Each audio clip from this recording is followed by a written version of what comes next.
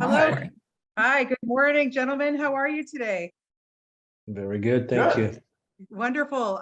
Thank you. I watched the 4 episodes this weekend on the edge of my couch. Thank you so much.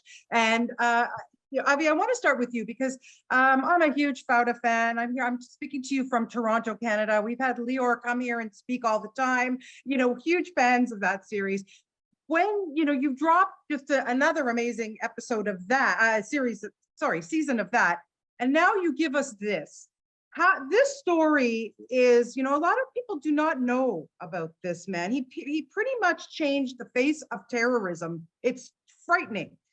How long was this gestating in your heads, you and Lior, that you were going to bring this story to the screen? And why was it so important? So from my personal point of view, it's a kind of an old one. I mean, I covered as a reporter, as a journalist, the second Israeli war in Lebanon. And I co-authored a book about that war called 34 Days with Amos Sarel, who was the military correspondent for Haaretz. And over there, I did some very deep research about Hezbollah. And one of the names that came up over and over and over again is Imad Murnia, and the way that he changed the face of Hezbollah and changed the face of terrorism as we know it today. So it started over there, and I did my master's degree in Middle Eastern Studies, and my thesis was about Hezbollah and Iran relations. And over there, again, one name, very prominent, very kind of came out, which is Imad Murnia. Yeah. And when I learned about the personal story and the whole affair, the women, the brother, the brother-in-law, all this, yeah. So we understood that there's a story here and we can come and pitch it as a drama. Absolutely. Greg, kudos to you for directing this. My goodness, I can't even imagine the challenges. But what was so important to point out here that, and you put this at the front of every episode, that it is a fictionalized account, but very deeply researched. I found it so fascinating how you incorporated the real interviews into this story. Tell me a little bit about the challenges of that, and it was just brilliant. It really made it so, oh God, it was compelling. Very well done. Well, thanks so much. It's really great to hear that. I mean, my own background as a journalist, documentary filmmaker. I first came across part of the story in Iran in 2007 when I was there for public television and Frontline, and my fixer was telling me stories about how they helped set up Hezbollah in Beirut in 82, 83. And actually then met Sheikh Fadlallah in Beirut, who's featured in the, we say the CIA tries to kill in episode 2. So this, and then I knew a lot of former CIA people who told me, because I did a film about the hunt for bin Laden, and a number of them said, look, bin Laden, Al-Qaeda, they were like the B team or even the C team, but compared to Hezbollah and Imad Mudniya, they were the A team. And it's like, I didn't know much about them. And so but it was lingered in my head. And then when I teamed up with Avi and Lior, it kind of just went, but the thing is, there are some books out there, there's some articles that touch on him and the assassination, but nothing quite meshed with what we were hearing from our own sources. Yeah. So rather than like dive right in and write a script, making it, we've spent a lot of time doing deep journalistic research.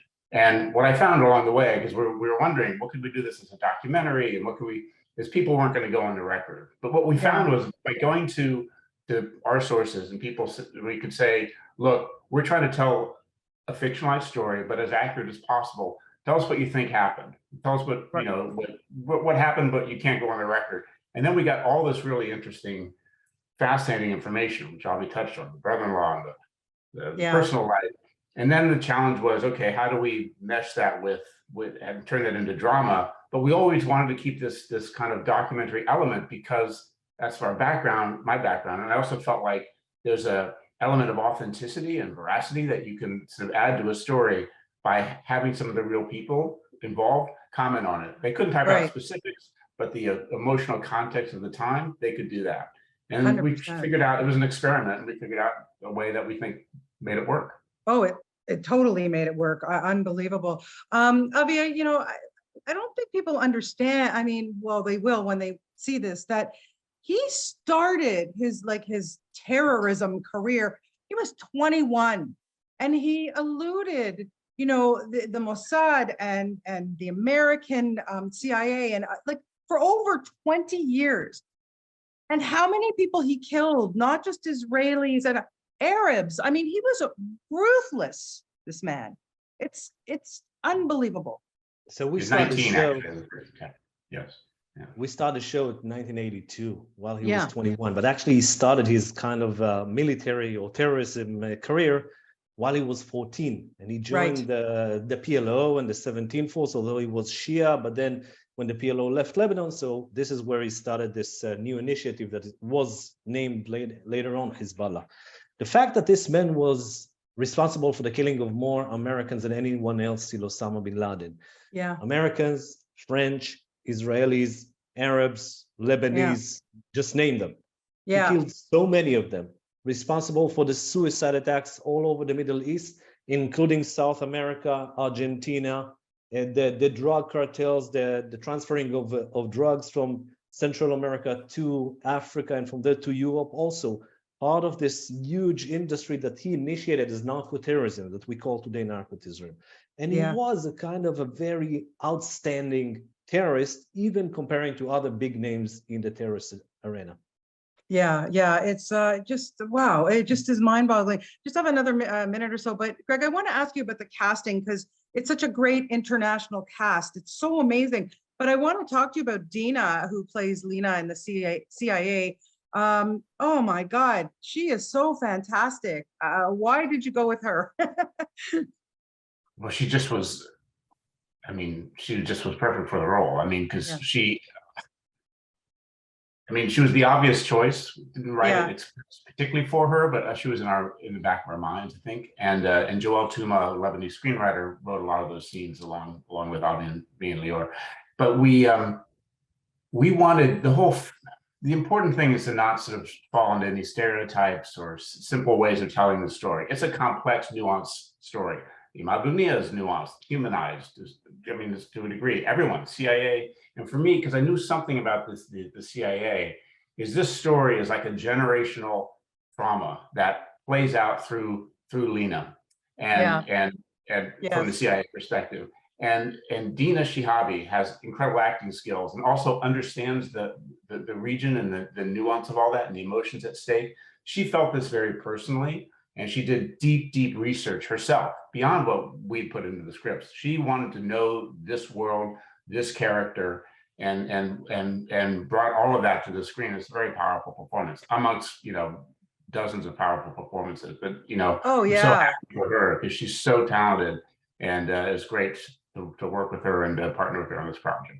Like you said, everybody is so good in this. Well, thank you, gentlemen, for this series. It really is so compelling, so important. Honestly, people need to see this. And just lastly, Avi, what would you like people to maybe take from this when they see it? It is so different from Fauda, but yet it's again, I find Fauda so important to watch as well. So what would you like people to take from this one? I guess that, this man, his spirit is still with us. He changed the face of the world.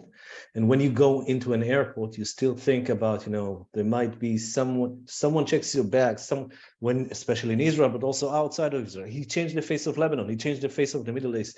And for me, it was fascinating to see the way that one man in a very young age managed to change the face of the world in a very bad way, in a very negative way. Until that day, it still affects us. And still that day, it affects the relations between the US, Israel, and the Middle East. Absolutely. I also just add, he also tipped the agency into the dark side, I think. Right. So we saw after 9/11, in fact, had its origins in their reaction to Lubnia. He drove them crazy. 19, 20 kid who completely outplayed him. It tipped them over, and we see some of that and so it's not just these, as always rightly says, it's this psychological, like, how do we confront our adversaries without losing our soul in the process? 100%. Well, gentlemen, thank you so much for your time today. Again, it's just an extraordinary series. Everyone needs to see this. And thank you. Have a wonderful day. I really appreciate it. Thank you. Thanks very much. Thank you very much. Thank you. Take care. Bye-bye.